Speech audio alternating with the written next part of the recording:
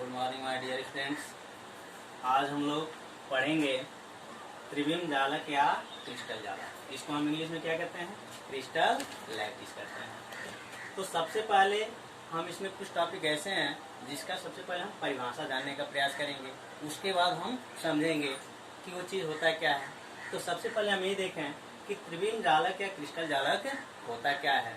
तो यानी कहने मतलब क्या है कि त्रिविमी आकाश में यूनिट सेल के नियमित व्यवस्था को क्या कहते हैं? त्रिविम जालक या क्रिस्टल लैटिस कहते हैं।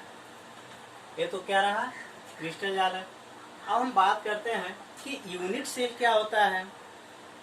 यानी त्रिविम जालक का वह सरलतम रूप जिसकी बारंबार पुनरावृत्ति होती है और उसके पुनरावृत्ति से क्रिस्टल जालक का निर्माण होता है, उसे हम क्या कहते हैं? यूनिट सेल या एकक कोशिका कहते हैं।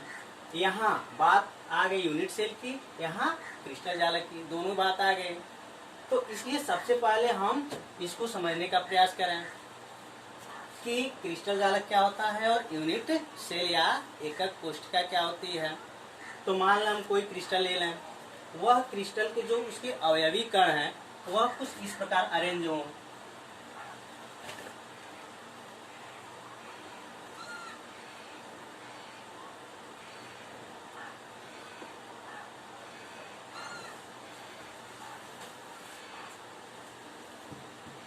यानी क्या है? क्रिस्टल जालक है, यानी कोई क्रिस्टल है, इसके अवयवी कण कुछ इस तरह से अरेंज है।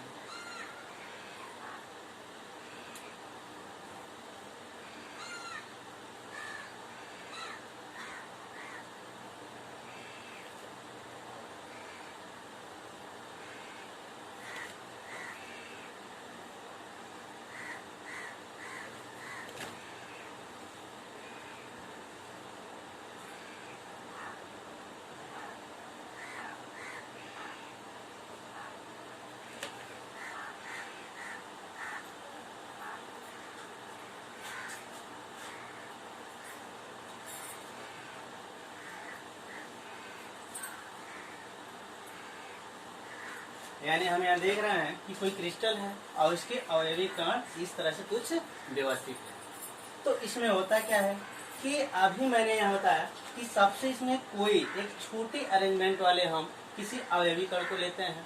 जैसे इस गोले को लें, यानी इस कण को हम लें, तो इस कण को हम लेंगे तो यहाँ पे हम देखते हैं कि इस जो अवयवी कण है यानी गोला है, इससे एक ये गोला सटा हुआ है, एक गोला ये सटा हुआ है, एक गोला ये सटा हुआ है।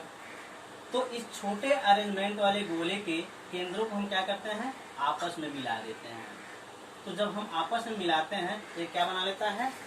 एक स्क्वायर का रूप बना लेता है, यानी एक वर्ग या आयत का रूप बना लेता है। इस तरह से फिर हम अगले गोले को लेंगे, फिर यह गोला 4 गोलों से मिलेगा।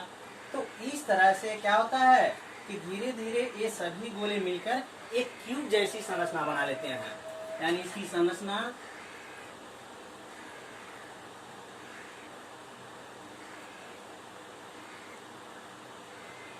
कुछ इस प्रकार बन जाती है। तो इसको हम क्या कहते हैं कि यूनिट सेल कहते हैं। क्या कहते हैं? यूनिट सेल कहते हैं।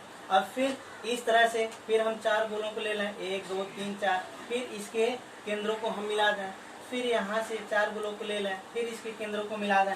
तो इस तरह की संरचना हमें प्राप्त हो जाती है, जिसको हम क्यूबिक यूनिट सेल कहते हैं। ठीक है। तो यानी कहने का मतलब क्या है कि अभी मैं बताया हूँ कि त्रिविम जालक का वह सरलतम रूप जिसकी बारंबार पुनरावृत्ति होती है।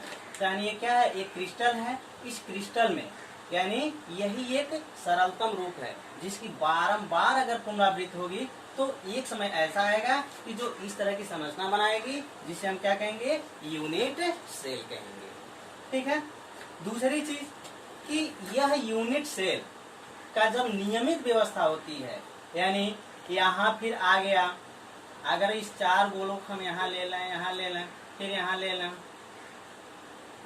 तो ये कुछ ऐसे बनाएगा। फिर यहाँ पे अगर हम 4 गोलों को ले लें तो ये कुछ ऐसे बनाएगा। फिर यहाँ पे 4 गोलों को हम ले लें तो कुछ ऐसे फिगर बनाएगा, फिर यहाँ पे ऐसे बनाएगा, फिर ऐसे एंड इस तरह से क्या है कि इस यूनिट सेल की बारंबार संरचना से जिस क्रिस्टल का निर्माण होता है उसी को क्या कहते हैं, क्रिस्टल जालक या त्रिविम जालक कहते हैं। यानी इसको हम क्या कहेंगे, यूनिट सेल कहेंगे।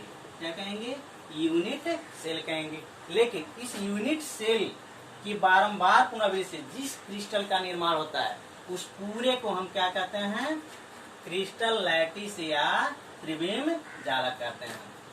यानी इस पूरे को हम क्या कहेंगे, क्रिस्टल लैटिस या त्रिविम जालक, त्रिविम जालक कहते हैं। ये तो हुआ यूनिट सेल और क्रिस्टल लैटिस के बारे में। अब जो तीसरी बात इसमें आती है वो क्या है, जालक बिंदु, जिसको हम क्या कहते हैं इसमें, लैटिस पॉइंट कहते हैं। यानी अब लैटिस पॉइंट क्या होता है इसके बारे में बात करें तो इस क्रिस्टल में जो इसके अवयवी कण हैं जिसको हम लोग गोला कह रहे हैं, यानी गोलों के द्वारा उस क्रिस्टल लैटिस में ग्रहण किए गए स्थान को हम क्या कहते हैं, लैटिस पॉइंट या जालक बिंदु कहते हैं। जैसे यहाँ पे क्या है कि ये आपका एक्स अक्ष है, ये क्या है, वाई अक्ष है, ठीक है। जो इसके अवयवी कण है यानी एक्स अक्ष और वाई अक्ष में क्या है, या अरेंजमेंट है। तो अगर हम इस पंक्ति की बात करें तो इसमें कितने हैं, 1 2 3 4 5 6 7 8 9, यानी 9 लैटिस पॉइंट हो गया। यानी इसमें 9 गोले क्या हैं, अपना स्थान ग्रहण किया है। तो इस तरह से हम कह सकते हैं कि क्रिस्टल जालक में गोलों के द्वारा ग्रहण किए गए स्थान को जालक बिंदु कहते हैं।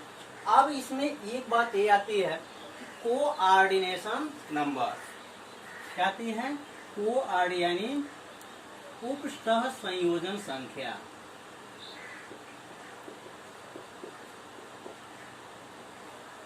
उपसह संयोजन संख्या या समन्वय संख्या, समन्वय संख्या, जिसको हम इंग्लिश में क्या कहते हैं, कोऑर्डिनेशन नंबर। कोऑर्डिनेशन, ठीक है। तो अब हम बात करें कोऑर्डिनेशन नंबर क्या होता है या उपसह संयोजन संख्या क्या होता है। तो इसमें हम लोग देख रहे हैं कि प्रत्येक गोला एक दूसरे गोले से क्या है, सटा हुआ है। तो इस क्रिस्टल जालक में जो गोले होते हैं, इस गोले के जो पड़ोसी गोले होते हैं, उन पड़ोसी गोलों की संख्या को हम क्या कहते हैं, उसकी कोऑर्डिनेशन नंबर या उपसह संयोजन संख्या कहते हैं। जैसे अगर हम बात करें इस गोले की या इस गोले की, अगर हम बात करें कि इस गोले की कोऑर्डिनेशन नंबर क्या होगी, तो इस गोले के जो पड़ोसी गोले हैं ये कितने हो जाएंगे, यानी 1 2 3 4, यानी इस गोले का कोऑर्डिनेशन नंबर कितना हो जाएगा, 4 हो जाएगा। क्योंकि इस गोले की जो पड़ोसी गोले हैं वो कितने हो रहे हैं, 1 2 3 4, यानी पड़ोसी गोलों की संख्या 4 हो गई। तो इसलिए इस गोले का कोऑर्डिनेशन नंबर कितना हो जाएगा, 4 हो जाएगा।